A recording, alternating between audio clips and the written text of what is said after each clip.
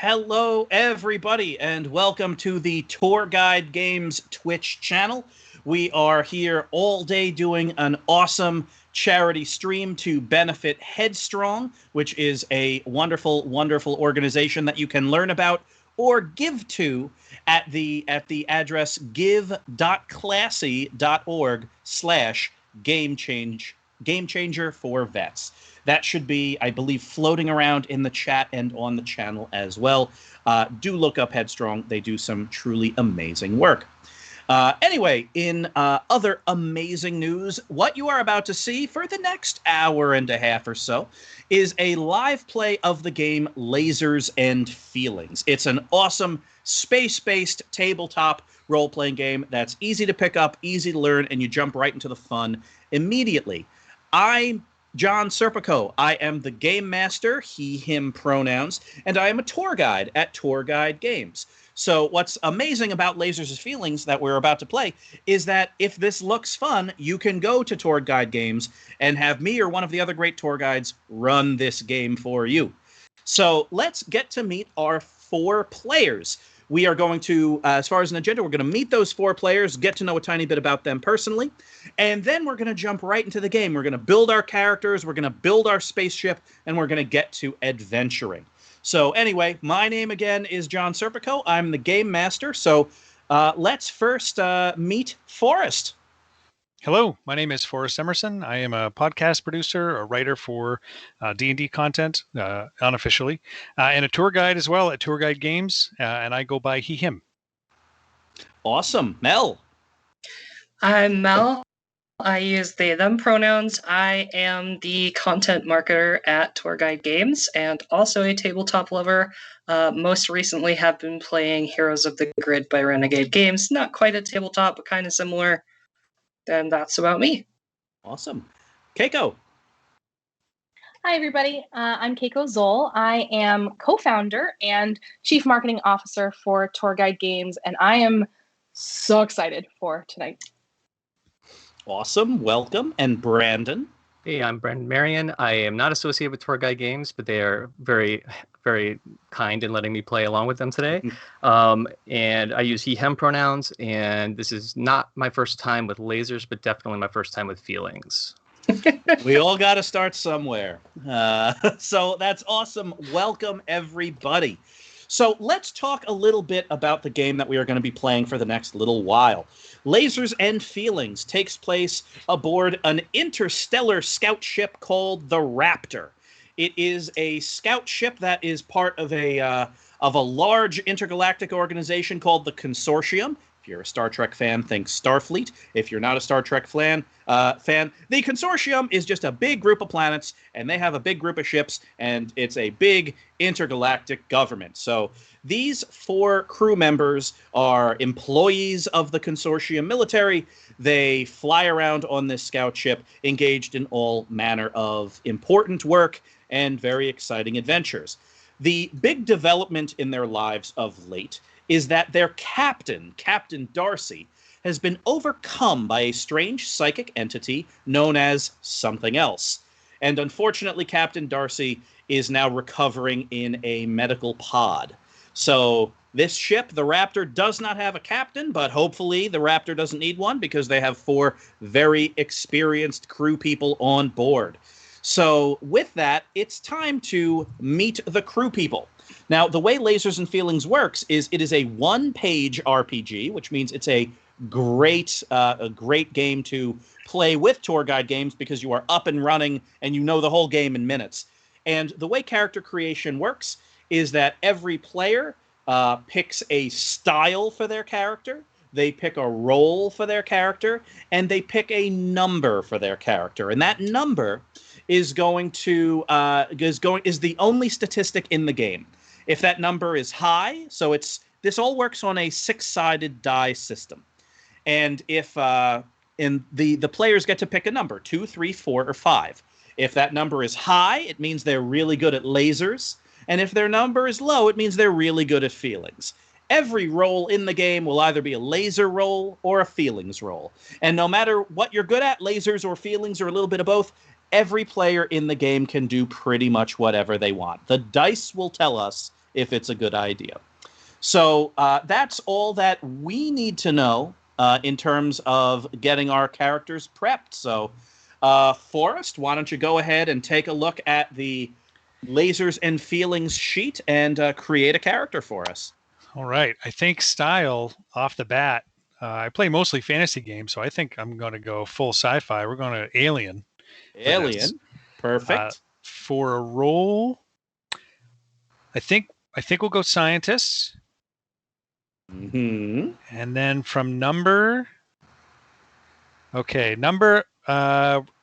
into lasers, we're going to go to 5. All right, sounds good. And a name for your character?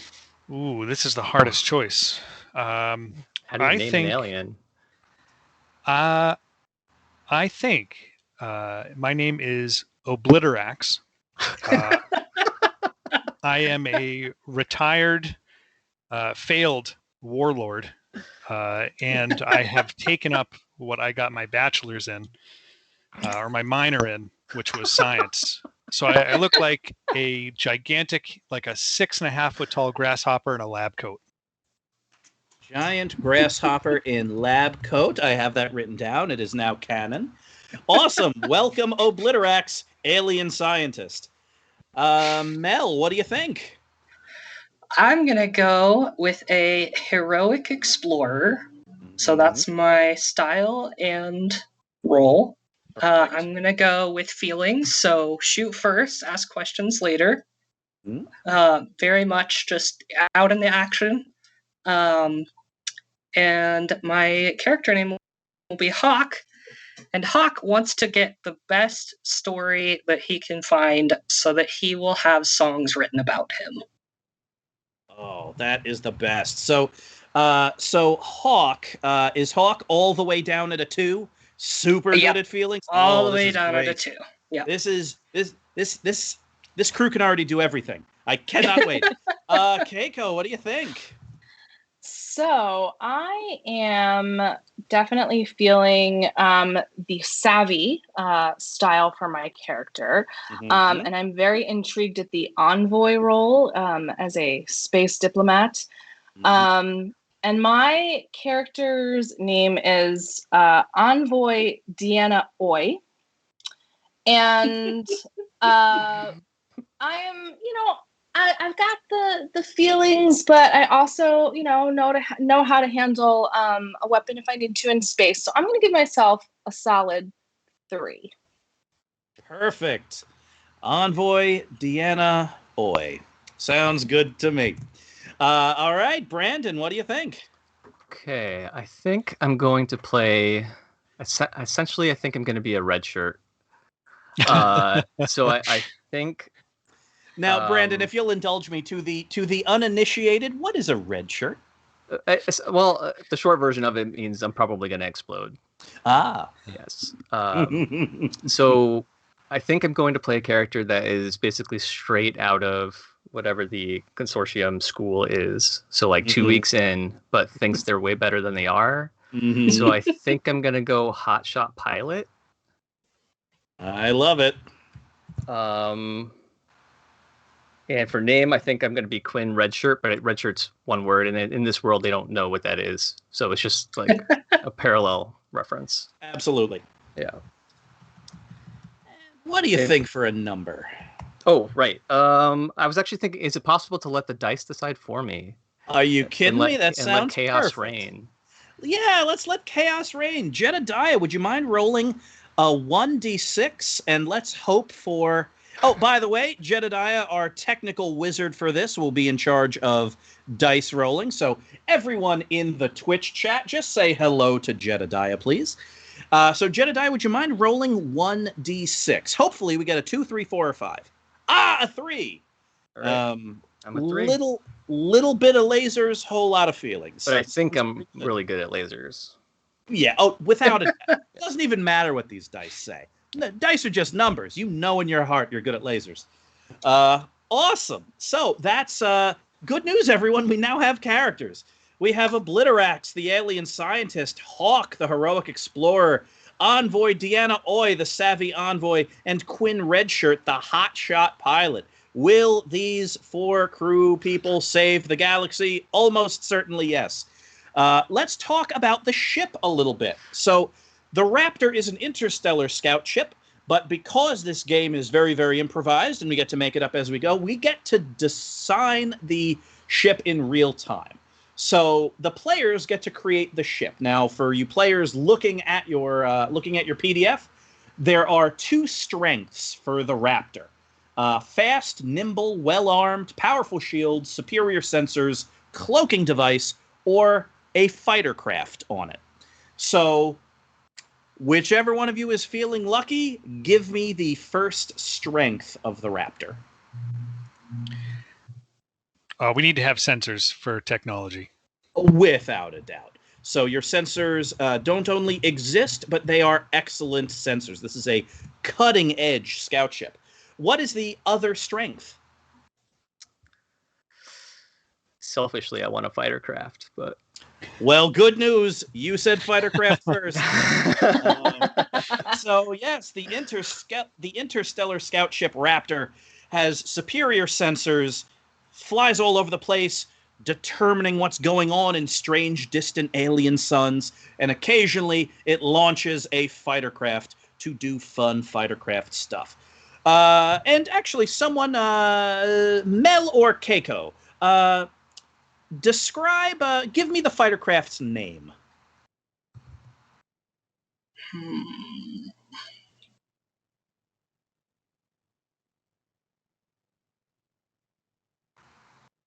The Unbreakable. The Unbreakable. Let us hope it lives up to that name. So, all right, Forrest, Mel, and Brandon have each built a little bit of the Raptor. So, Keiko, it's now up to you. You get to pick one problem with this cutting-edge ship. Is it a fuel hog? Does it only have one medical pod that, Captain Darcy already is in? Does it have horrible circuit breakers that tend to explode in the middle of combat?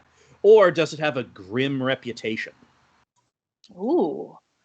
I think since we are the Unbreakable, we really shouldn't be a fuel hog or horrible circuit breakers. So I'm thinking maybe that only one medical pod. That sounds good to me. So yeah, so much of this ship is taken up by the hangar bay for the Unbreakable that there really is only room for that one medical pod. So let's hope Captain Darcy completes her recovery soon. So that's it, everybody. We now have a great crew. We now have a great ship. This is exciting. This is ready to go. So let's talk a little bit about how the dice are going to work. Again, Jedediah is going to do all of our rolling for us. You, the players, whenever you need to roll any dice, we are going to talk about how many that is. If you need to do something in this world, I'm going to and the outcome is uncertain. So you don't have to roll to tie your shoes or lace up your space boots. But you will occasionally roll if you need to, say, fly the Unbreakable out into the inky blackness of space and blow up another ship. I will have you roll 1d6, one 6-sided die. If it's a lasers roll, you're going to need to roll ideally below your number. And if it's a feelings roll, you're going to need to ideally roll above that number. If you get a success, that's fantastic. Every so often, I'm going to ask you to roll 2 dice instead of 1. You may get an extra die if you are well prepared, like you've all laid an ambush and you know whatever you're about to do is coming, or if you're really good at it. Envoy Deanna Oy is really good at being an envoy. So if Deanna Oy is engaged in tense diplomatic negotiations, she's going to get an extra die. So that's so every so often we'll roll 2 or even 3 dice. The more successes you get, the better. Also, if you roll your number exactly. So for Obliterax, if Obliterax rolls a 5 on the nose, not only is that a success, but that's also a laser feelings, which means that in addition to succeeding, Obliterax will learn a little bit more about the world. So that is the story there. And if players, if you have any questions, ask them as we go. This is the Interstellar Scout ship is a ship of exploration. So feel free to explore both in the world and the rules. So with that, let's get started. Okay. The 4 of you have flown the Raptor up to an enormous ship called the Derelict. It's actually not even accurate to call it a ship. It's a ruin of a ship. It's miles long. It's been picked over by scavengers for 50 Earth years. You're there on the Derelict, searching for something called the Triune Key. You're searching for this thing, the Triune Key, which admittedly you all don't necessarily know what it does, at the behest of Consortium Admiral Eurydice Cobb. That's your boss's boss. So your boss, Captain Darcy, who, and I cannot stress this enough, is absolutely in a medical pod right now, stone cold asleep. Her boss is Consortium Admiral Eurydice Cobb. So none of you have ever really spoken to Eurydice Cobb until she tasked all of you with flying to the Derelict, finding the Triune Key, and then rendezvousing with her command ship, the New Delhi. So you will eventually do that, but first things first, you are walking through the Derelict. You're in your gravity boots and going from place to place in this enormous structure. And actually, before we get to any rolling, can I have a couple of you just give me a sentence about the Derelict? What's it like in here? What's it look like? What's it sound like? Is there anything moving around in here? Is it completely abandoned? Any and all information would be appreciated. It's cold and dark. Definitely cold and dark. I imagine if we're in suits, I just imagine the airlock or whatever the gravity in the ship, life support isn't working. No life support, no gravity. I'm alarmed at the number of space cobwebs in this derelict ship out in space. Yeah, space cobwebs mean space spiders. Ooh. I think there's a light from one remaining active solar-powered vending machine, but it's really far down this hallway that we're in. Yeah, that's really kind of your North Star in here. This place is a lot of empty space. Due in no small part to the fact that crews have been coming in here, unsanctioned crews, by the way. The consortium doesn't really, very rarely do consortium ships show up at the Derelict. So it's really kind of a place where kind of rogue crews go to rip panels off of this thing or find some ancient little bits of technology. Based on the solar-powered vending machine, this ship is alien because you've never heard of these brands. Weird stuff. Most of the things in here are goo. Just like, they're like 5 different flavors of nutrient-rich goo. And, but hey, if you have extra pocket change, you can get some goo. But yeah, it's big, it's cold, it's dark. Because this ship has been picked over so much, you all are literally like on a gangplank walking towards where you think the Triune Key is. And you can like look to your right and just see open, empty space.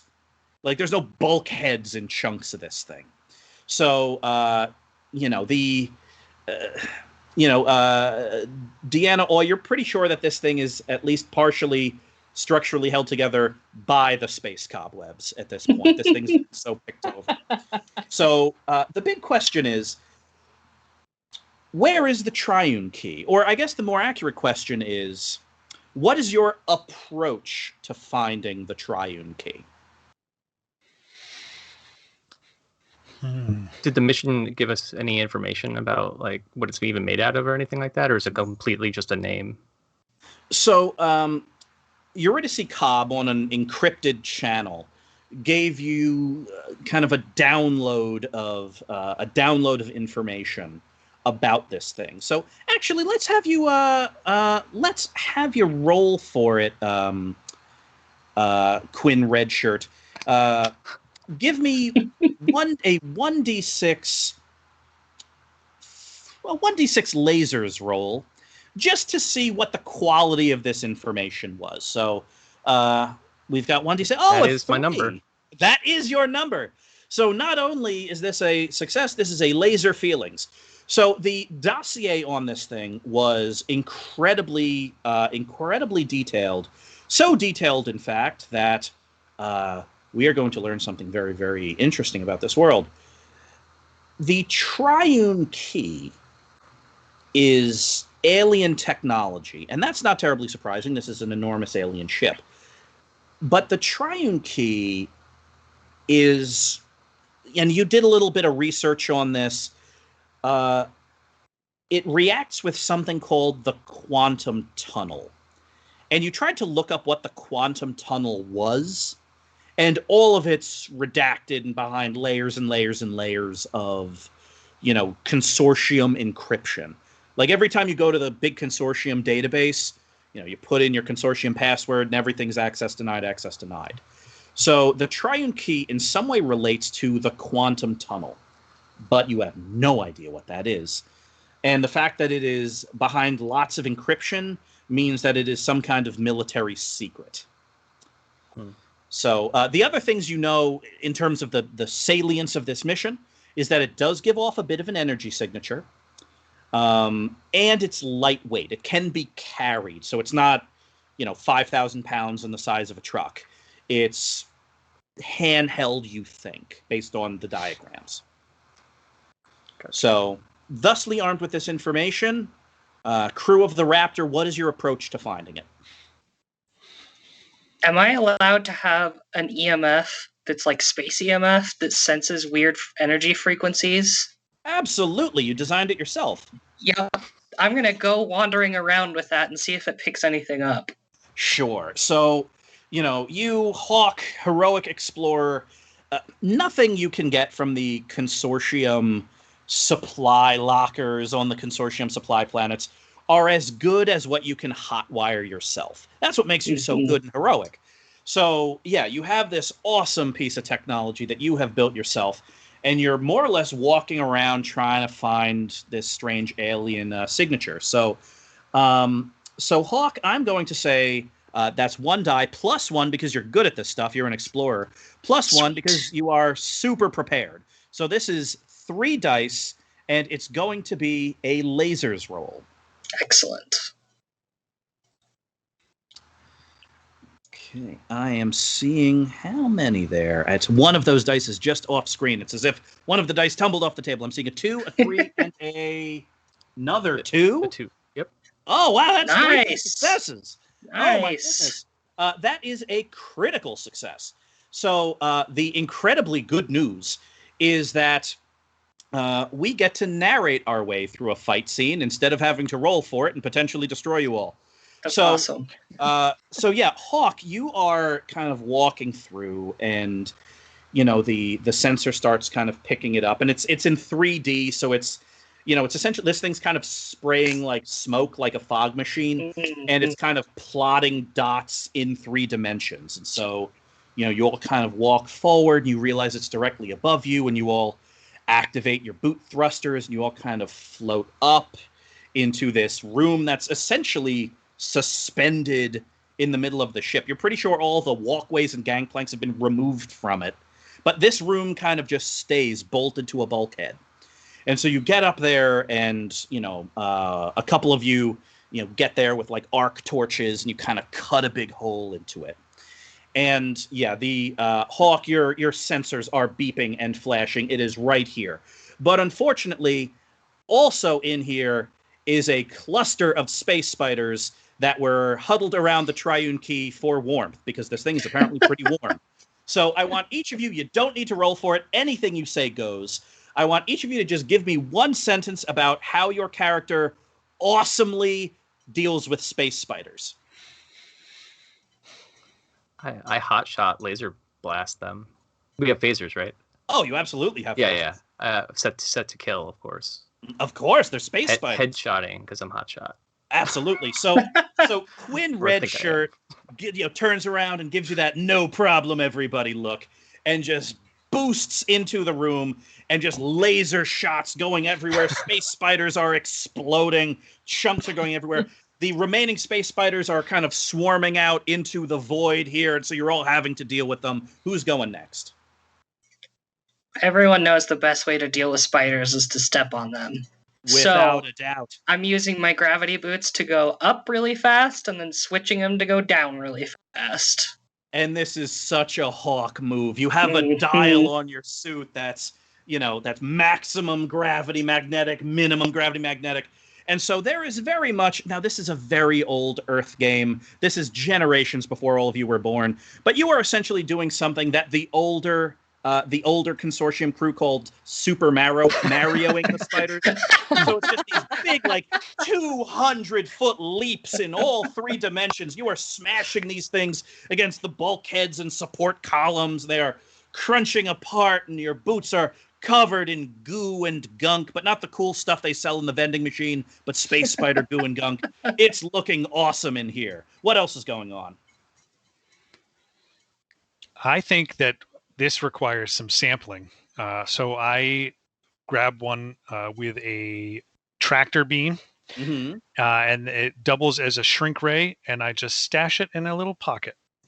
Yeah, Obliterax, this is something that when you were a warlord, oh man, you gave everyone in your army these things because they're great. But now you found out that they have some scientific applications as well. So you pull out the tractor beam shrink ray, you grab one of these things, you shrink it down to a reasonable size, and you're just kind of slowly drifting through space while you're observing it. You get it into a little jar. Oh, that's very interesting. You immediately take some readings. This is going to be a fun project when you get back to the Raptor. And Deanna Oy, what are you doing? So the triune key, I recognize that it has very strategic political advantage, and so I was not really expecting the space spiders. So I am cowering behind Quinn Redshirt as he continues to blast his way through what is essentially my own personal nightmare of space spiders around me. That's incredibly fair. This is something you're going to have to deconstruct for weeks or months afterwards, because this is horrible. So you're kind of the space that you find yourself in is you're back a little bit from Quinn Redshirt, who is just zipping around, blowing up spiders, and you have pulled up a hollow display of everything you know about the triune key. And because you are an envoy and have a little bit of diplomatic clearance, again, so much of this is redacted, but what you're able to find is in a diplomatic database. And yeah, apparently wars have been fought over the triune key. And that's something that it's obliquely referenced as the cause of several wars over the last several hundred standard Earth centuries. And so, you're kind of up in a hollow, reading a hollow display on your arm, and every so often a chunk of space spider will drift in front of you, and that's horrible. And you keep reading. So yeah, the fact of the matter is, this thing is rare. This thing is powerful. Wars have been fought over it. And best you can tell, and you kind of think about this as the 4 of you are floating your way back to the Raptor, the only reason that people haven't apparently found this thing is because it's been lost to history. The fact of the matter is, Eurydice Cobb has somehow tracked it to here and dispatched you all. So that's certainly very interesting. Yeah. As we are heading back, 2 hands are tink tink tink tink on this glass.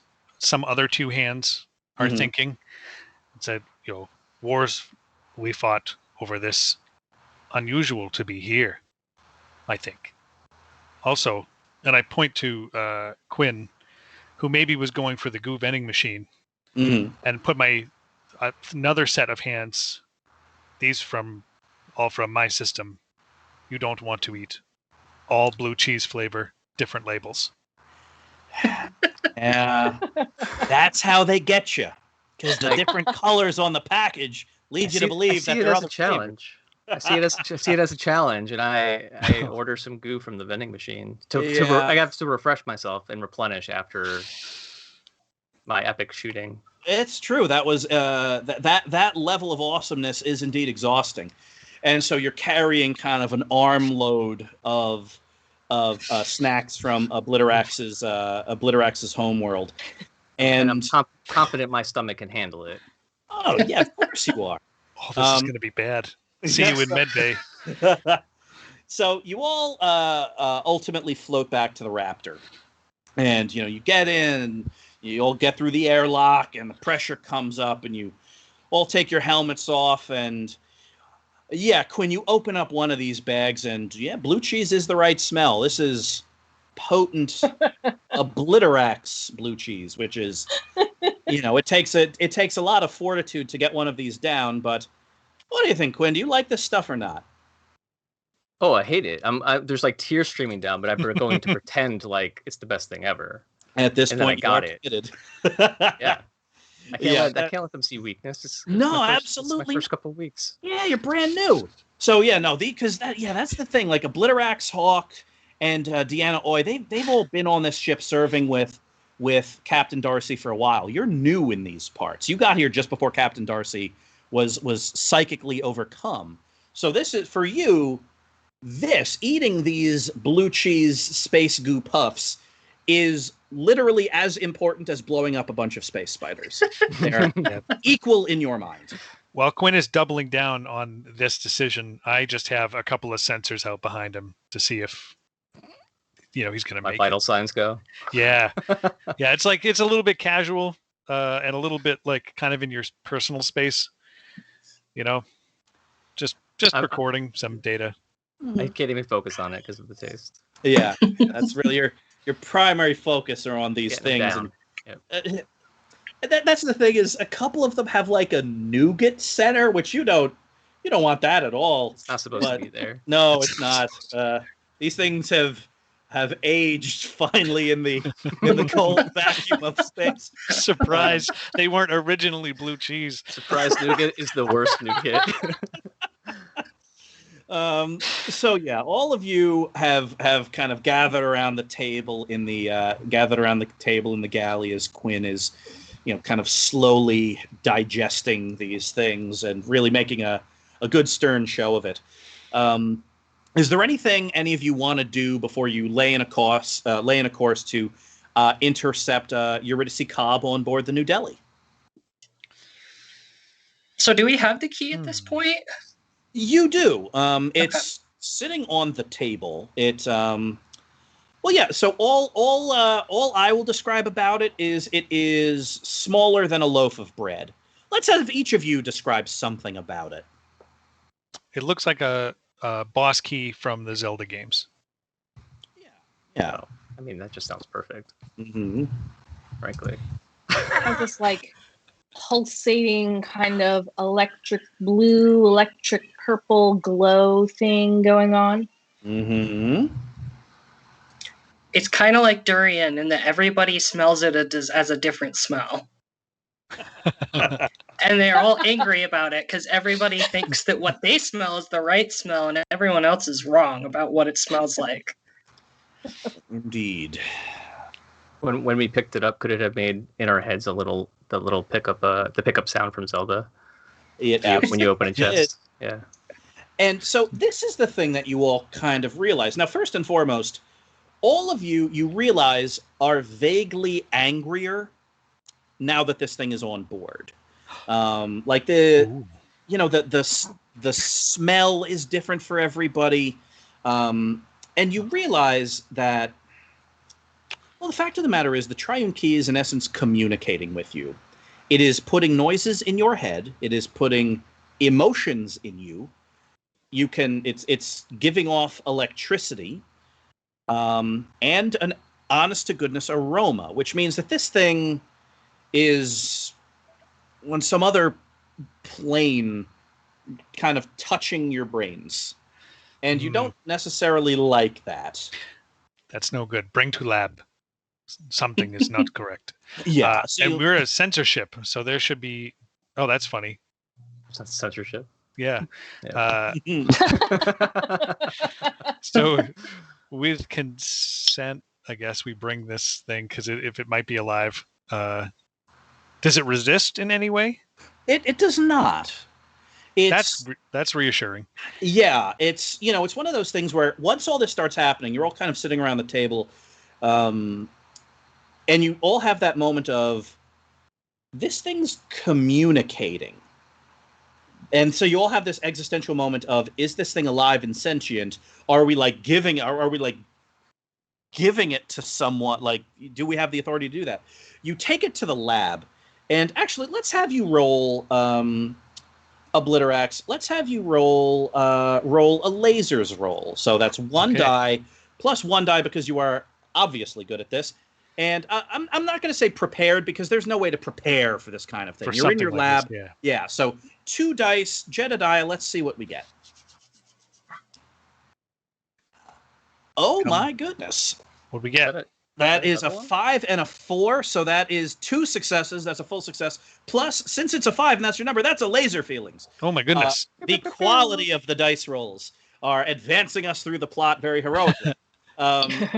So the good news is that this thing is not alive by any measure of living. Like, in essence, it's the best way you could describe it is it's as if it's like a tiny lighthouse that is kicking off light and energy and emotion. You know, it's as if it was meant to loudly scream at as many different sentient races as possible. So that's kind of what's going on here. Is it's communicating, but it's almost as if it's a recording of a communication. And the fact that it's of indeterminate age means it has a power source capable enough of sustaining this. So, yeah. So, all right, I'd communicate that to the team. Not alive, but communicates ancient, perhaps location-based. Yes. And then see if we can run some diagnostics to decrypt, to pull some data out of where it may have originated from. Sure. Or actually, maybe could we get that in the in that role, or would we understand that that its origination, civilization, if it was on this plane, was actually is actually discernible? So, because I'll let that be the bit that is the laser feelings, the big interesting news. This thing is from a planet. This thing's from a planet. And that's what it's trying to communicate via smell and sound and feeling and energy.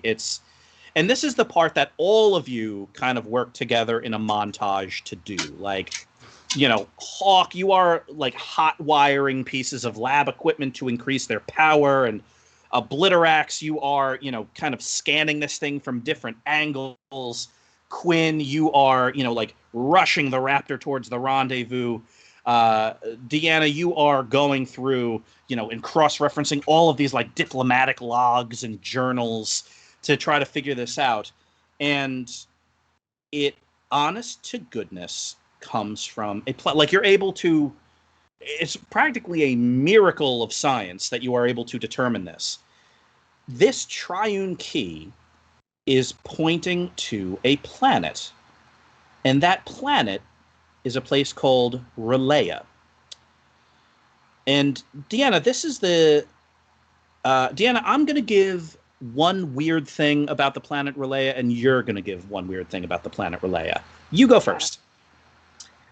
So, the weird thing about the planet Relaya is there are no land masses. It is completely covered in water, and so its civilization and its alien peoples live completely submerged. That is right. And actually, since you bring that up, is it currently inhabited? Not that we know of, because we haven't heard any signals from it in hundreds of Earth years. Gotcha. So this is very interesting. And here's the other part of it that's strange. This is kind of my piece of the puzzle. Because Relay, so you all know that Relay is essentially abandoned, or if it's not abandoned, the civilization there is not communicating with the consortium. So you all know that, and the civilization lived underwater. The thing that's weird, and this is a new development, is the consortium is blockading it. There are a pair of heavy consortium warships that are deployed there, the Paris and the Kingston. So why Eurydice Cobb needs the Triune Key, which is pointing to a planet that's blockaded anyway, is way above your pay grade. But in any event, you are indeed delivering it. So, and mercifully, it's not alive and sentient and resisting being delivered. It's essentially a perpetual lighthouse / beacon. So you fly up into the sector of space where the New Delhi is. And this is one heck of a big ship. Not as large as the Derelict. The Derelict is like essentially a giant behemoth in space. But the New Delhi is the consortium's largest warship. It's like a mile long, bristling with weaponry, advanced sensor gear. This thing has it can launch a fusillade of fighters. It can do all sorts of things.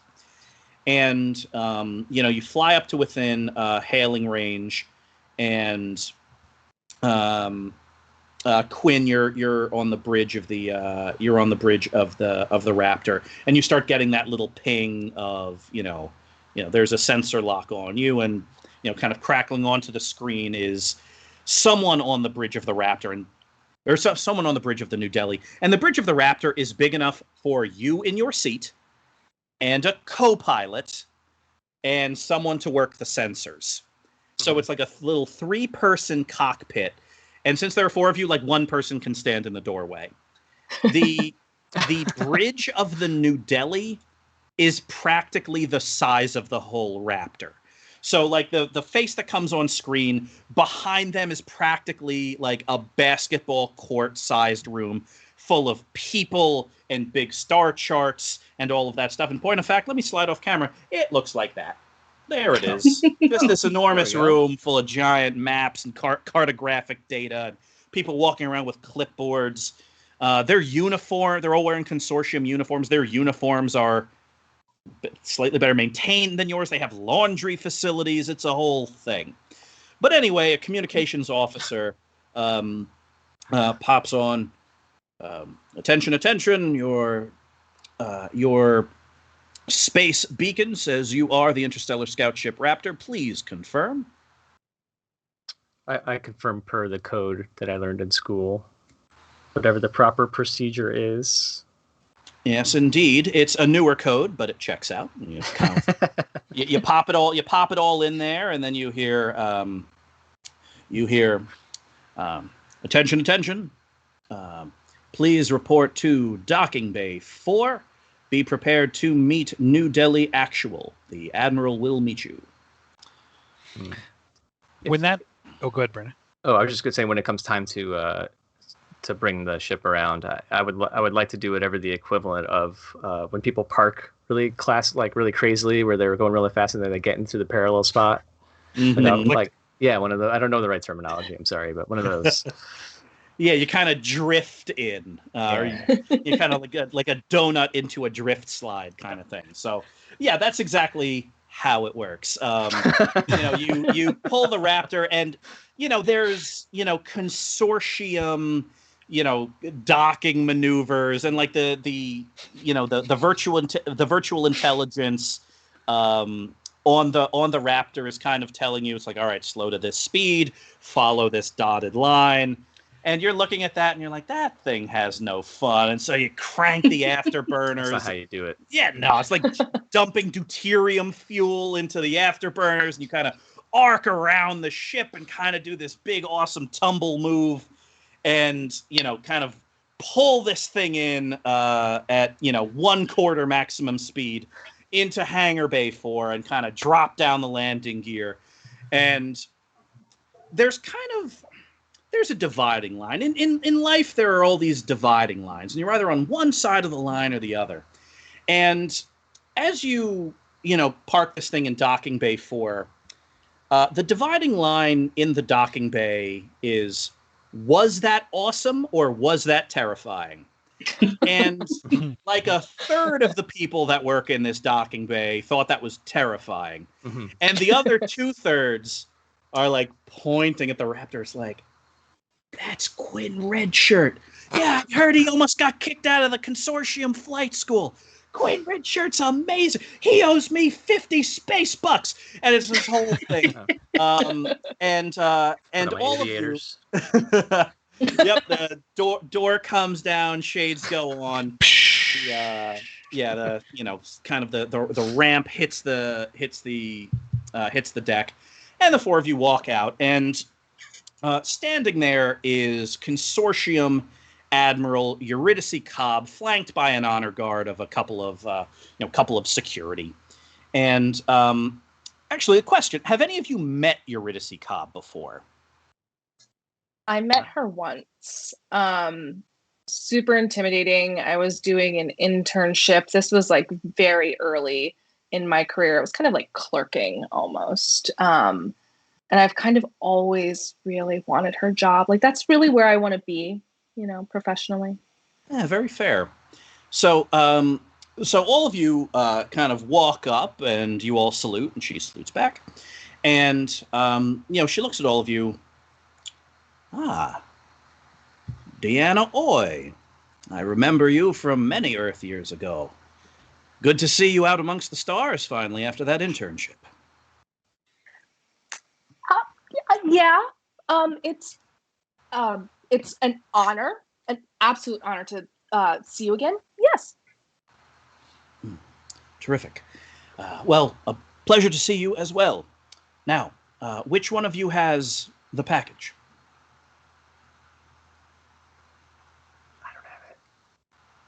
Did somebody leave it like on the ship? Is it still in the testing area? Yeah, it's probably still in the lab. Yep.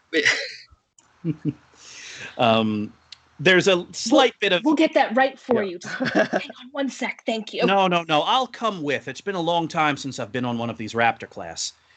And so the four of you, and she looks at the security, and the security start to walk with her, and she kind of waves them off. So the four of you walk back up the gangplank, followed by the Admiral. And as you're walking up the gangplank, she looks at all of you. When I say deliver something to me, I don't mean just keep it on your ship and make me board the ship. I mean hand it to me. But you know what? We're going to worry about this another time. Let me just see the thing. And, we walk through, and she's kind of narrating as she's going. Oh, my goodness. I started my career in a ship like this. Well, I didn't. Well, it's my first military posting anyway. So on aside, she's just kind of talking about everything. And then eventually she gets to the lab. And she looks, Obliterak's a fine lab you have here. She responds in a heavily accented version of your language that just says, "I agree and thank you for welcoming me," which is good for her. As the language of your home planet is a tricky one. I'm impressed. I think I'll take that opportunity to respond to her and say, or to continue and say, we discovered some interesting attributes, and I'll produce what appears to be a handheld display with some information on it. She takes a look. Interesting. I want one of you, whichever one of you's feeling lucky, to roll a feelings roll for me. Just one die. I'll do it. All right.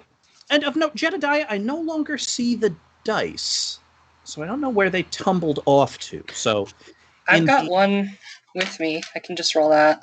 Perfect. Sounds good. So how let's many? roll One? Just one. Okay. It's a 1. So she looks at this, and her kind of the color drains from her face. Interesting. Well, this is all very impressive work. Okay. If it's all right, can I have a copy of this research? Of course. And I'll go off to prepare that on a Gotcha. like a data disk. Yeah, so you kind of download everything and Floppy disk. But Mhm. here's the thing. I am going to I think I'm going to leave some stuff out. What are you going to leave out? I think I'm going to leave out I think I'm going to leave out the lighthouse bit. Sure. Just because, maybe that was just the sensors. It doesn't necessarily read like, tunk tunk tunk. Maybe the equipment is off. That seems strange. So maybe that's, a point of pride that I will leave out. That the equipment was reading something so that unusual. Gotcha. So yeah, you redact a little bit of it, and give her the rest, and she takes that and the triune key, and hands you all a data disk of your own. Your next mission, once you decouple from the New Delhi and get a little space between you and us, I want you to decrypt this and give it a read.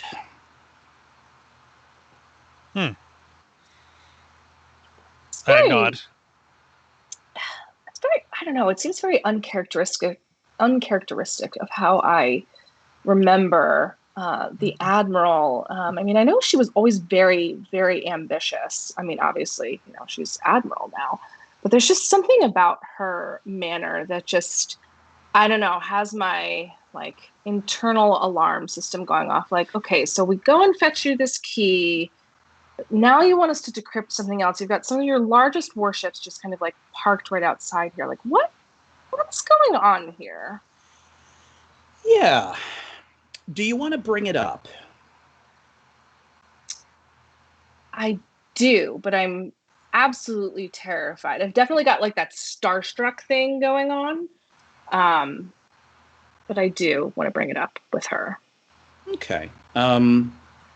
So she, kind of your moments now, she's kind of walking down the main hallway to the gangplank, and the rest of the crew is kind of prepping the ship for disembarkation. So it's really just you and her, and she turns just as she's about to walk down the gangplank.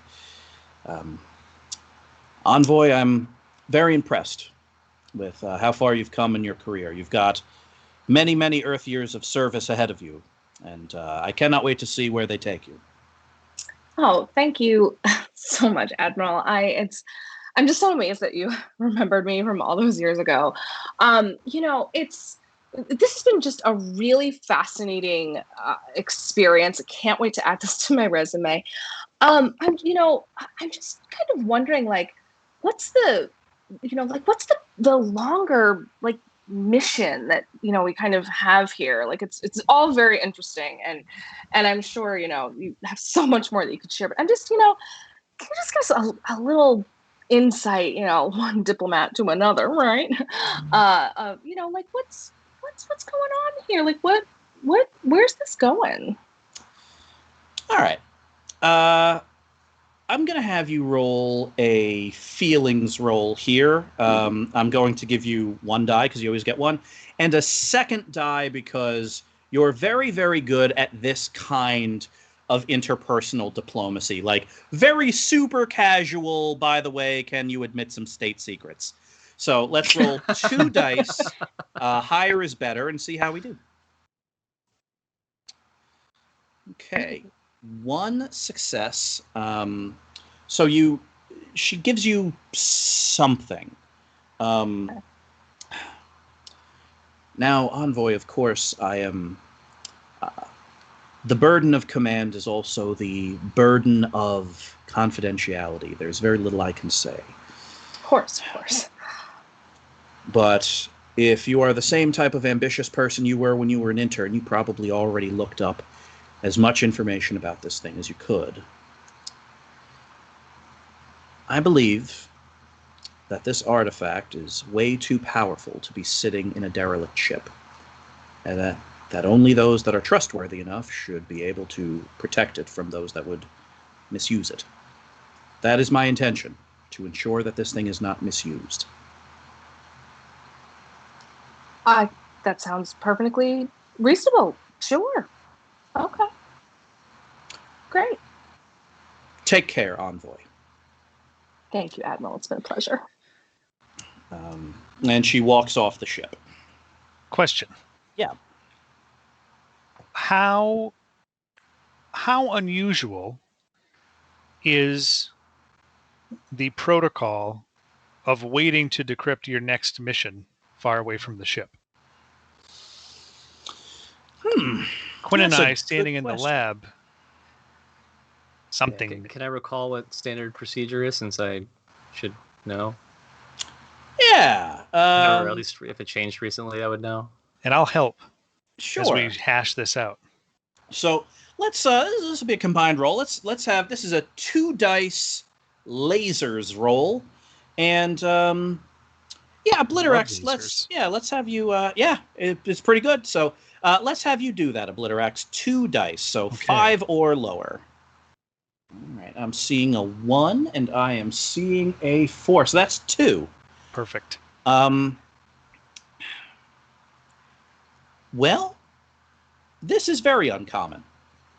Generally, encrypted orders like that, that's, wait a day and then, plug it in and see what it is. This is the kind of stuff that happens in, like, the consortium military. And now the Raptor's a consortium ship, but it's not a warship. Like, the New Delhi is a warship. You're a scout ship.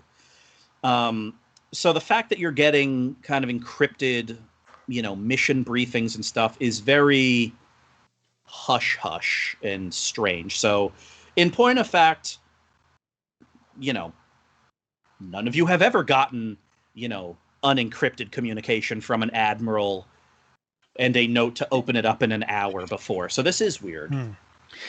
Do we have sensors on the ship such that would tell if it was dangerous to decrypt this? Like, does it explode after playing or something like that? That's exactly what I'm thinking. Yeah, that's what you're thinking. Yeah, wait till you get an hour out of the way, and then boom. Mission Impossible. So maybe. Okay, so what do you think about that, John? Is there a way for us to figure that out without actually plugging it in and decrypting it? I will say that for sake of this, I kind of want Hawk to roll this, because this is one of those things where this thing is meant to be like plugged directly into the virtual intelligence of the computer where it'll decrypt. But thankfully, Hawk has designed stuff that pretends to be virtual computers.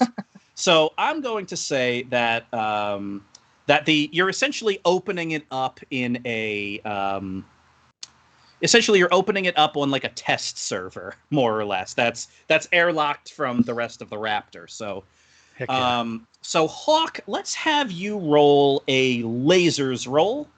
Okay. And I'll give you 2 dice for this, because you are definitely good at all kinds of awesome gadgets that make you a better explorer. So awesome. 2 dice, lower the better.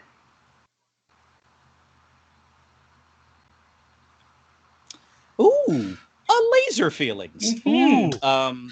Heck so yeah. that's 1 success plus a laser feelings. The 1 success is a just barely kind of thing. So I will give you the good news, which is the only thing on here is data. Like there isn't, like a micro nuclear explosive in here. Those things exist, by the way. They're terrifying.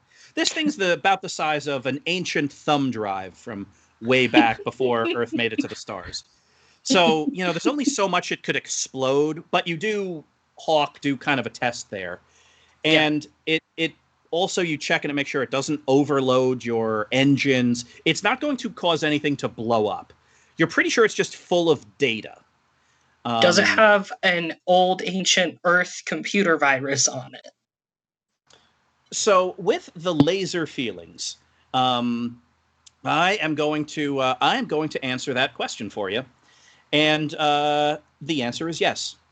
There is a virus on this thing, which means that whether she knows it or not, Consortium Admiral Eurydice Cobb handed you a disk with a computer virus on it and said plug it into your mainframe. Interesting. It's the Y4K virus. Oh, heaven help us if it is. Did we never learn? Yes. All this, they just kept pushing off the patch and pushing Yep. off the patch. It's the worst technical debt. Yep. So Can I interject a little bit? Sure. I had an idea, but it didn't. There wasn't a space for it. I was thinking at the same time that Envoy Oi was talking to the Admiral, I went to put the disk in my pocket and then found something that felt a little bit like the triune key, but is a lot smaller in my pocket, and I don't know where it came from. Yeah, that's pretty weird. Yeah, but I don't tell anybody about it. I'm just having that in the back of my mind. Right. Yeah, you kind of like tuck into an alcove and look, and it's like, yeah, it's like a really tiny little version of the triune key that's just kind of sitting there. And you don't know where it came from, but the feeling that you do have is that you should not tell anyone about this. Yep. Yep. And so so you have this. You know, there's a virus on it. Quinn, you are back in the pilot seat. You're getting the confirmation that the Raptor has to decouple and disembark. The ship is topped off on the void crystals that fuel it, and the commissaries loaded you all up with fresh food, all different stuff. Do a wheelie out of the bay. Of course, as much as you can without wheels. The non-wheel wheelie. Yeah, the non-wheel wheelies. A lot of sliding, a lot of maneuvering thrusters, firing at interesting angles. A boosty. Yeah, like a little boosty to pop out of there. And so the Raptor kind of pops out into space, and then the massive bridge of the Raptor comes back up on your screen. Clear the mass of the New Delhi. Clear to depart. Best of luck on your journeys. So I guess I take us out just away from the ship for now until we figure out where we're going next. Yeah. The New Delhi spins up its hyper engines, and actually, one of you, whichever one is in the mood to do a little descriptive narration, how does interstellar travel work in this universe? Is it warp speed, just traveling faster than fast? Is it ripping open the fabric of space and stepping through it? What is it? It is like a frog hooked up to a JBL subwoofer burping. Fair. Yeah, there's like a massive seismic disturbance in space. Okay. Yeah, and it goes. That's it. And then it's gone. Then it's gone. Yeah. The interesting thing is, consortium science. The reason why ships travel in this weird, gurgly, organic way is because the consortium never discovered faster than light travel. What they instead discovered was an ancient relic on Earth, essentially the drivetrain of an ancient ship. Apparently, someone visited Earth a couple thousand years ago, and their ship broke when they got here. So this is all reverse engineered frog burp technology, and it's all real weird. I mean, the Raptor, doesn't sound as weird and gurgly, but it travels the same way. So the New Delhi gurgles and burps itself out of existence. And yeah, all of you are gathered around in the bridge, and you're all looking at the encrypted disk here. It is now presumably common knowledge that this thing has a virus on it. Yeah. Just a general thought. Have we checked on the captain recently? Yeah, one of you does it at the end of each of your shifts. Okay. Condition unchanged. Okay. Just asking.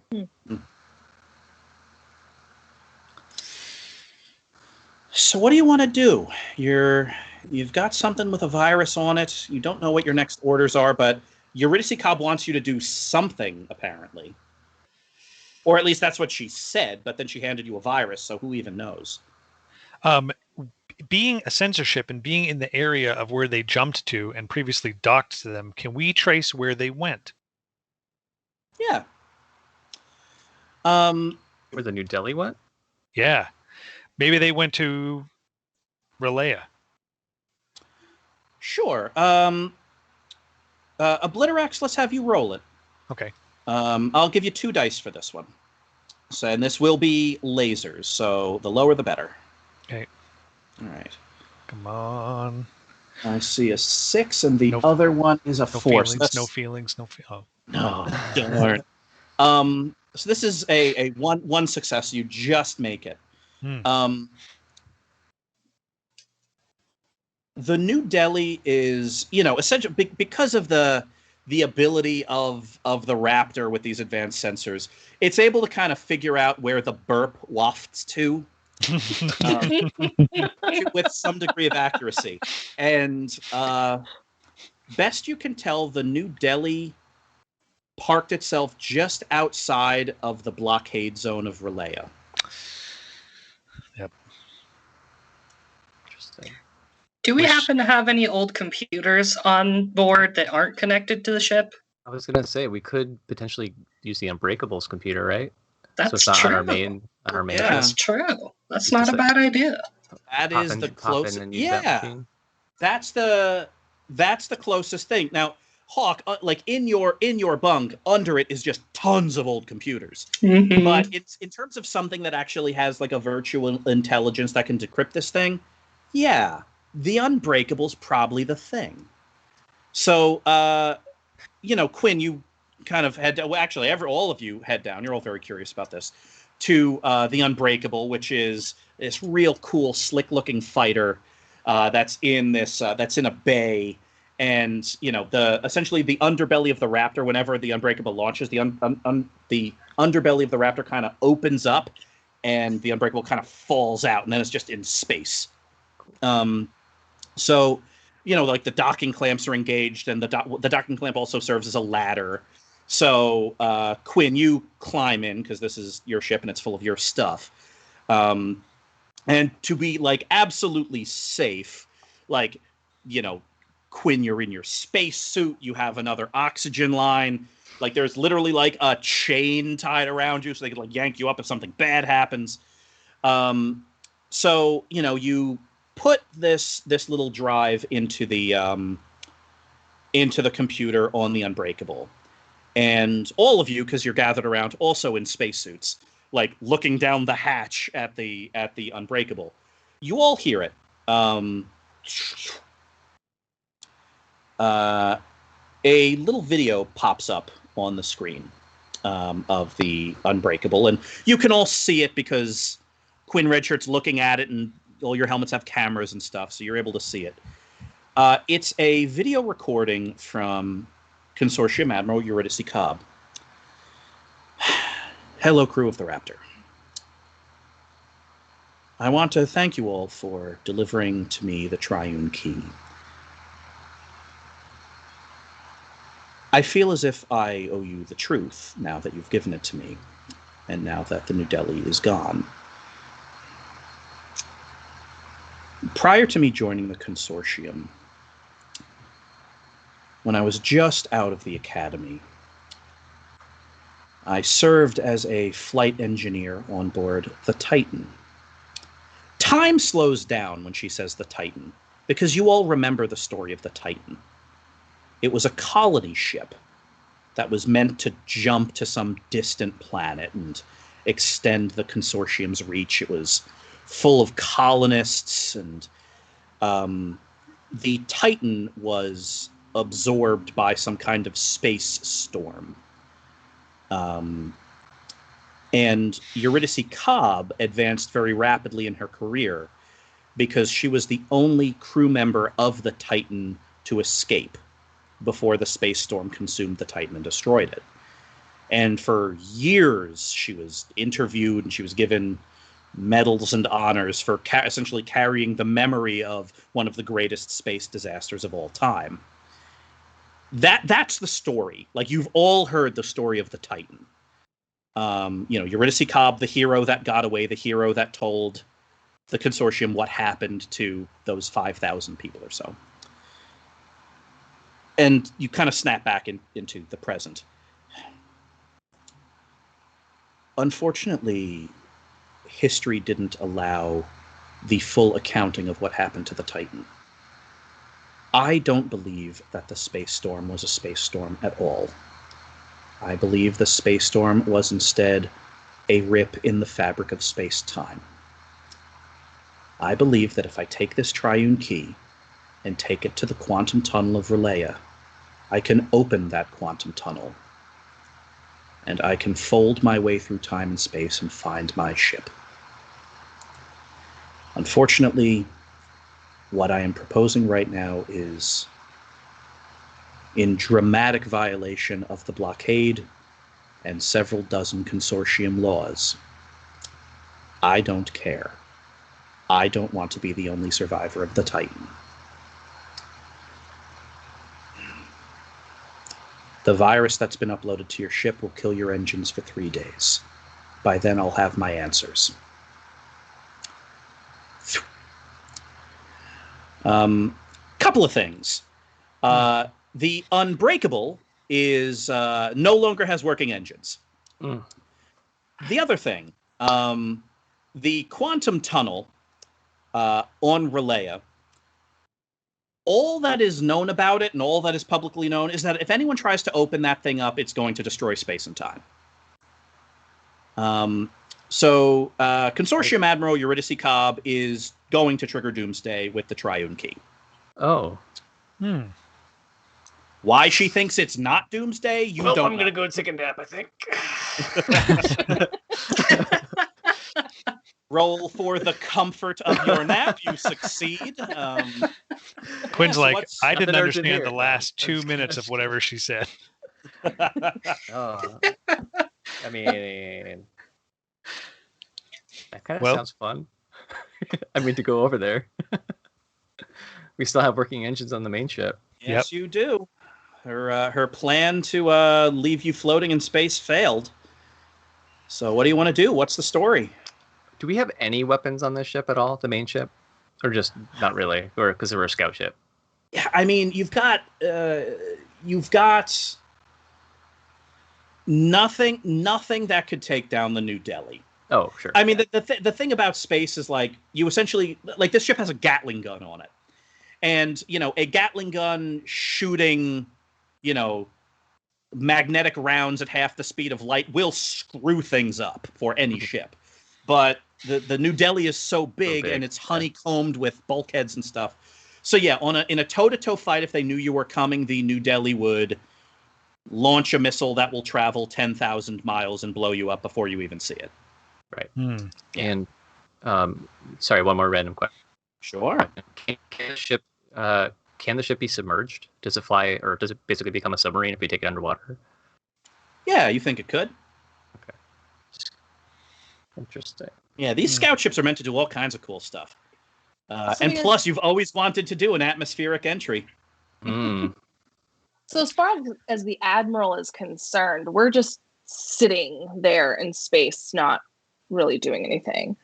Yep. So I will answer that with a cutscene. Admiral Eurydice Cobb is sitting in her in her office aboard the New Delhi, and she's staring at an honest-to-goodness framed picture of her and a couple of other folks. It's her from decades ago when she was probably 22. And it's her with her arms around a couple of other folks in old, consortium merchant uniforms. And in the background is the Titan, looking, sleek and interesting. And there's a line of people boarding the Titan in the background. And she's looking at this picture, and she kind of puts a hand on it. And then she looks over at the Triune Key. At that moment, a little red light starts flashing on, the black glass of her desk. And she taps it, and a little 3D image pops up that says, "Virus deployed." And she nods, hits the button again, and it goes away. Yeah, she thinks you're dead in space for a couple of days. Did the Admiral, I mean, it was a whole colony ship. It was huge. Did she have family on that ship? Well, that sounds like you are going to plumb through some databases. So, Deanna, why don't you roll, I'll say 1 die. You're not, prepared. You've got some time to do this. So 2 dice. This will be a lasers roll. Oh, a 3 and a 4. So that is 1 success and a laser feelings. Ooh. So because it's laser feelings, Deanna, I leave it up to you. Did Cobb have family on the Titan?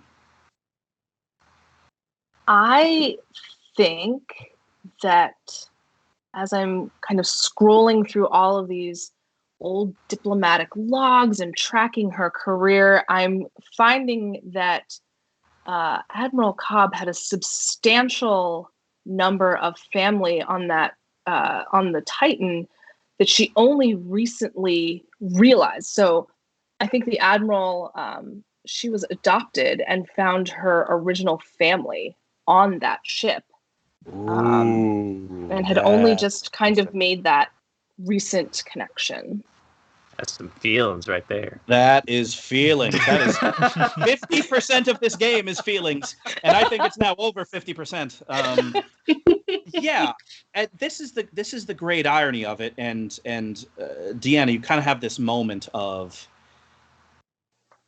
Cobb mourned the loss of that ship and the loss of her crew for decades, but only recently did she realize she must also be mourning the loss of her family as well. Some people related to her. She must have just discovered that, which probably explains why she spent this time concocting this plan and sending you to get it and all of those things. Ooh, well, that would explain why she's willing to risk the entirety of space and time. All right. What's the plan? Do we think a potential allyship is a viable plan? With Cobb? On the surface, Go on. perhaps we rejoin the New Delhi in support. On the surface. On the surface of the planet? Just another hand comes up. Yeah, bold gesticulations. You mean on the surface of Relay? Or what is it? Relay? A relay? No, surface of the... surface of the... We appear on the surface to be supporting her. But not actually adventure. supporting her. Yes. Oh. Not Well, that's actually. So, like, double cross. Won't you think it's immediately suspicious if we're supposed to be dead in the water or dead in space? If we just show up? Well, we would radio ahead first. Radio ahead first. Suggest secure channel. Engines broken. Communications not. That's a good point. How far out? Do we know how far out they can scan our ship to know if it's working, like a diagnostics check on the sensors of the New Delhi? You're planets away at this point, so like systems away, so probably not. Like the only reason why you were able to kind of figure out where the ship went was not because you could trace it, but because essentially you were able to follow the weird floaty frog burp signature. So yeah, you're light years away, so it probably can't scan you at all. Can we jump to where they went? You definitely could. Okay. But you want to make it look like our engines are dead once we get there. Is that what you're saying? No, those snacks you collected from my system. Gel deuterium fuel. I don't know what that means, but let's do it. Reaction. Interesting. Prevent ship from moving. thought of it later. I did. So, just so I know the angle, because I love this, is the plan to essentially jump to where the New Delhi is, and then essentially say, "Oh yeah, there's a virus attacking our ship, but we figured out how to combat it for a little bit." Like, what's the? Yeah. So the ploy would be either to try to get Cobb on the phone and make an emotional ploy, which Obliterax is not going to handle. Maybe Hawk or Deanna could do it. And then, vie in support of the message that we received. And then when we get on there, we dock, jump to them, dock, sabotage their fuel lines by adding the blue cheese snack nougat balls into the fuel system, preventing the destruction of the known universe. Perhaps, Perhaps, or at least slowing it down. Well, at least we'd be on the ship. Sure. Yes. While everyone is talking, Hawk sneaks into Obliterax's lab to see what this mini key is all about. Ooh. Well, it's a lot less mini now. All right. Ooh. It's growing. Sure. So Hawk, let's have you roll a lasers roll. Okay. Just one die, so this is going to be an interesting one. To see what you can find about it. So just one die. Okay, so that's a failure, which means things are going to get worse. Oh, no. In a very exciting way. I don't remember that part in the instructions. Let me see. Yeah. No, I'm just kidding. That was a joke. I'm going to go ahead and paste that right into the Twitch. No, it's very exciting. Well, the good news is the Triune Key has finally figured out how to communicate with the sentient beings of this era. Oh, boy. So, Hawk, there's a voice in your head. Oh, no. Great. Hawk looks around like, where did that come from? What do you call yourself? Hawk? Hawk. Yes? I am new. Is that your name? You can call me new, because I am. All right. I broke off from the core. I am with you. Cool. The core understands the future. The core understands that it is going to be plugged into the gate. Tell me more. If you get to the gate first, I can be plugged into the gate.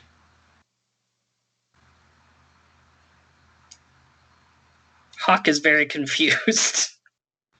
He's not saying that. He's just sitting there like, what do I do? So yeah, the story, and New gets a little better at modern grammar as it goes.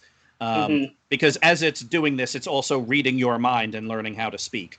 But essentially, Hawk says this. The Triune Key essentially has... So the Triune Key is meant to communicate. It's meant to communicate with people, and it's meant to communicate with time. Okay.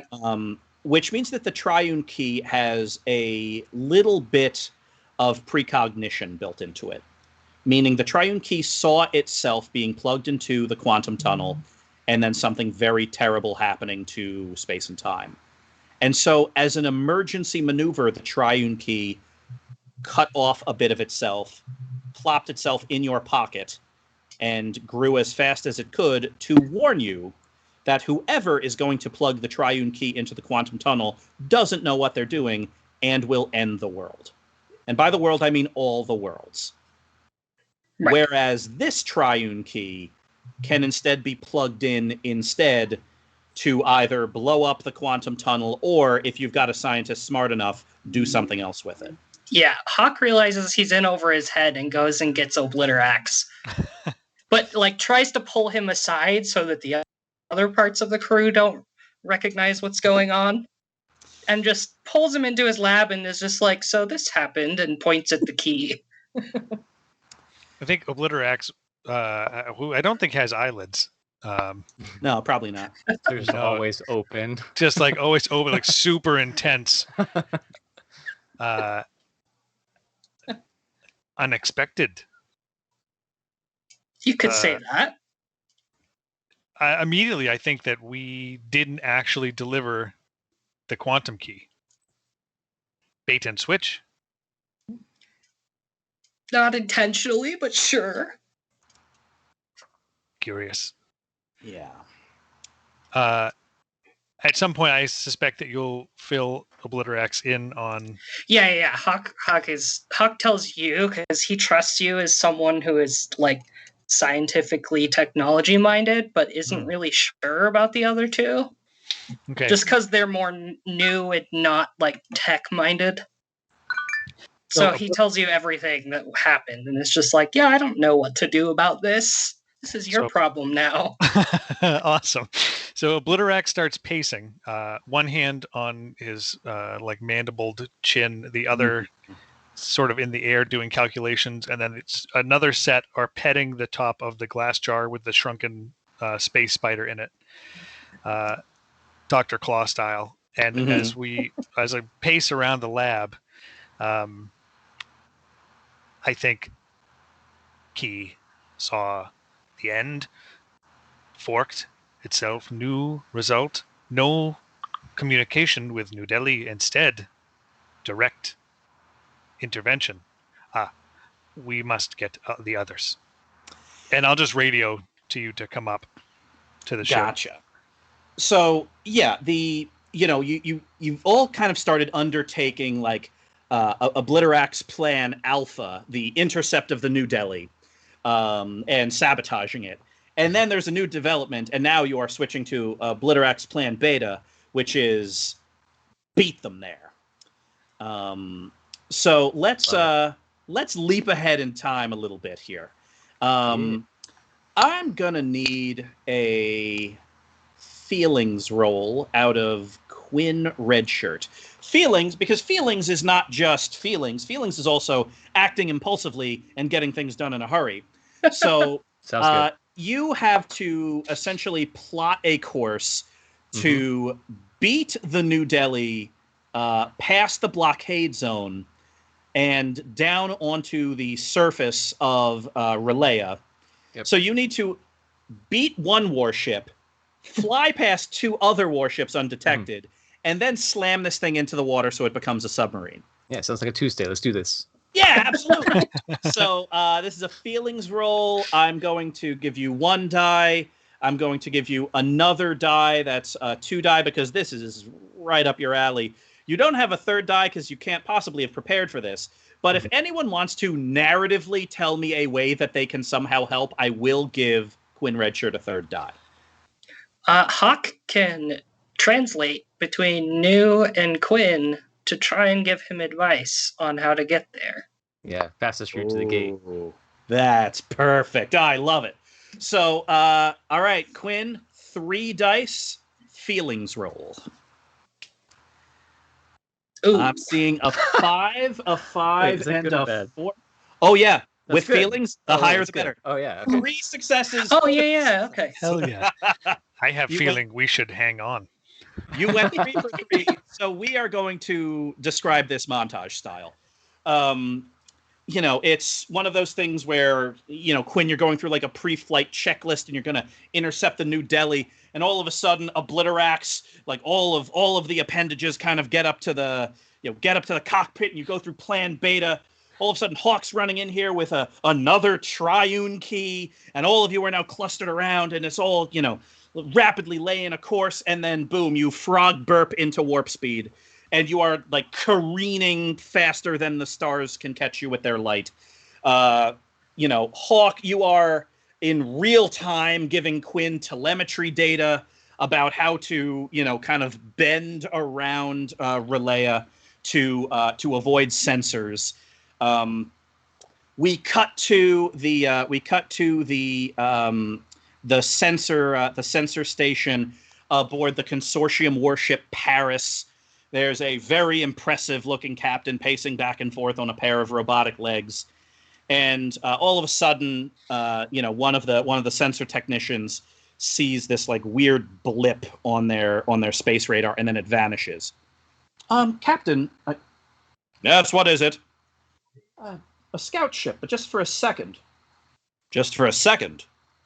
Well, that's a malfunction then. No pilot in the consortium can whip through space that fast. Cut back to Quinn Redshirt white knuckling the controls. Hawk, you're at the comm station giving telemetry data. Deanna, you're reading communications from the Triune Key. I gotta get this name right. Obliterax, all of your appendages are in the doorway, and you're like looking over all this, and boom, you emerge from this weird bendy hyperspace, traveling at a mile a second, and you slam into the endless ocean of Relaya. All of our lips are flapping as if wind is blowing. Yeah, which shouldn't be possible. This thing is pressurized, but nope. You are pushing physics right now, and boom! You slam through the surface of the Relayan ocean.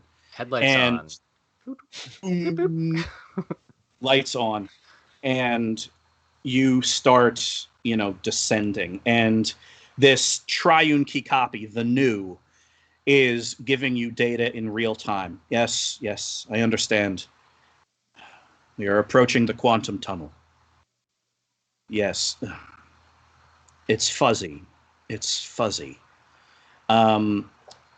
You are sailing through a city, an ancient, abandoned, beautiful city that looks like it's made of glass at the bottom of this ocean. Whatever civilization that was here left. And you can see why. Apparently, the last thing that this civilization did was activate the quantum tunnel. You see it in the distance beyond this city.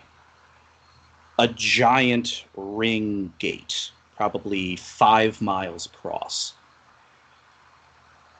A mountain has kind of toppled onto it, kind of covering half of it beneath this like sandy, rocky bottom of ocean.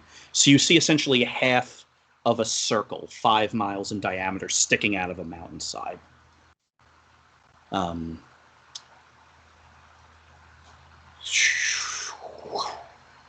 And you land next to it. You walk into the airlock, spacesuits, which are now also scuba suits, on. Mm-hmm. Airlock opens, slowly fills with water. And you all start walking with your weighted undersea boots towards this opening in the ring itself. Because the ring, it's 5 miles long, and so the ring is as thick as a skyscraper all the way around. So there's a door in it that the Triune Key, Hawk, in your hand starts vibrating, and then the door in it opens. As you are walking in, you see another ship, roughly the size of the Unbreakable, kind of cutting through. Room enough for one in there.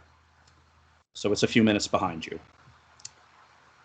You walk into this quantum tunnel gate, and the door closes, and the water drains out.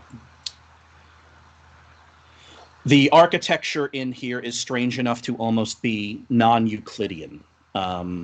It's things don't make sense in here. It's as if it was built because gravity was affecting it from all directions. As you walk and wind your way through it, bits of it tend to phase in and out of reality, as if it existed only in a moment in time, and now you're past that time, so it no longer exists. Like there's a moment where you're literally like standing at a chasm 500 feet wide and thinking, well, that's the end of the road. And all of a sudden it just appears. Oh, it's like, oh, it appeared at that moment in time, and you walk across. You get up to, it's not a control panel so much as a keyhole with a number of handprints around it. You have the alternate triune key. So I'll put it to you this way. This is going to be one roll. One success means you can destroy this thing before Cobb gets here. 2 successes means you can actually figure out how to use this thing. This is going to be a lasers roll. Who wants to give it a shot? I will offer, leaning into the fact that my number is 5 and lasers are high. Tech is Obliterax's bag. Does anyone, can anyone think of a way to narratively help? I will have.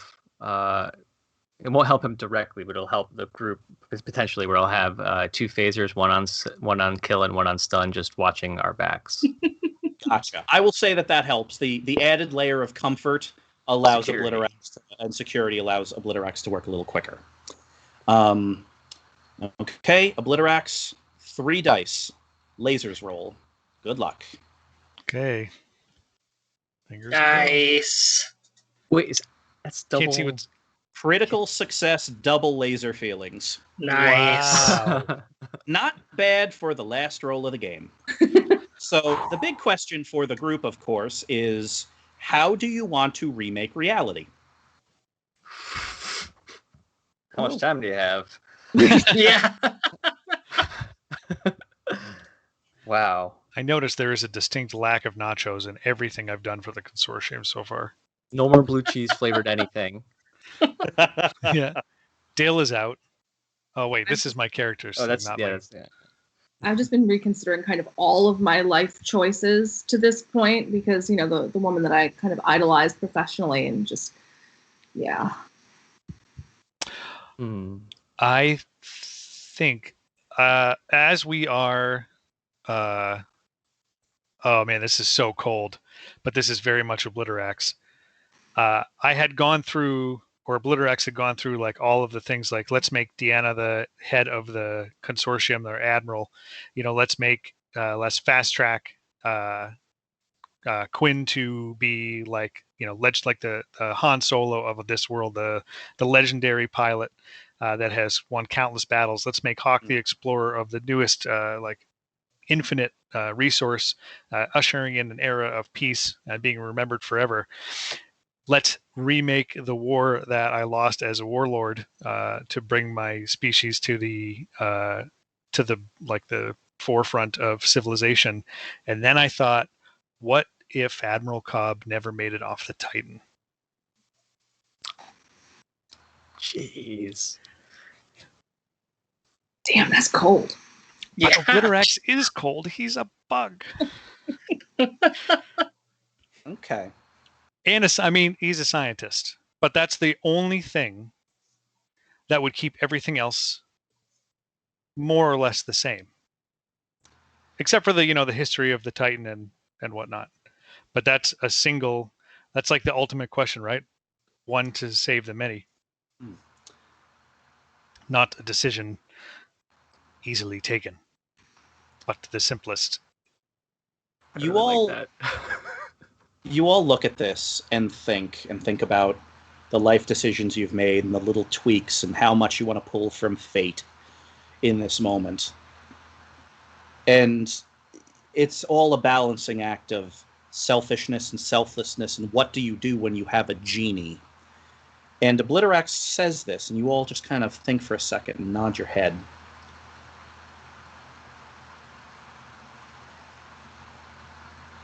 Cutscene, 30 years ago. The bridge of the Titan. A lot of screaming, a lot of very rapid, attention, attention, abandon, storm in space. That is a storm in space, time storm in space. A young Ensign Cobb is sprinting towards the escape hatch to get into one of the pods. And she has that moment with her hand on the handle where she says, "No. No. Space storm. I've studied this." And she runs to the bridge. Very unlike her. She did not grow into that confident person that she was now yet. But that was that first moment. She runs back and opens her way onto the bridge and starts talking to the captain and drawing things out in a grease pen on the glass of the view screen. And the captain looks at everybody else and nods. "Ensign Cobb, take the science station."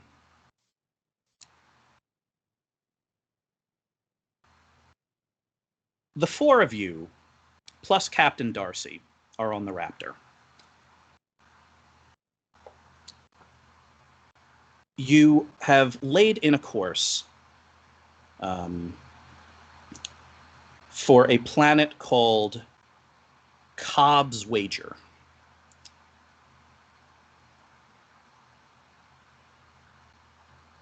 It's a long journey, even with the frog warp, because this is the edge of consortium space. New colonies made about 28 years ago.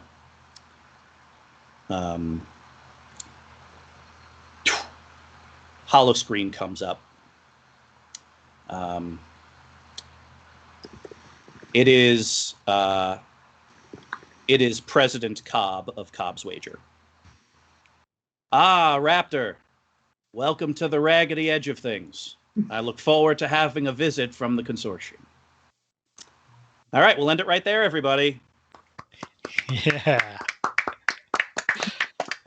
Awesome. Yeah, rewriting history in just the right way. Sounds pretty good to me for a space adventure.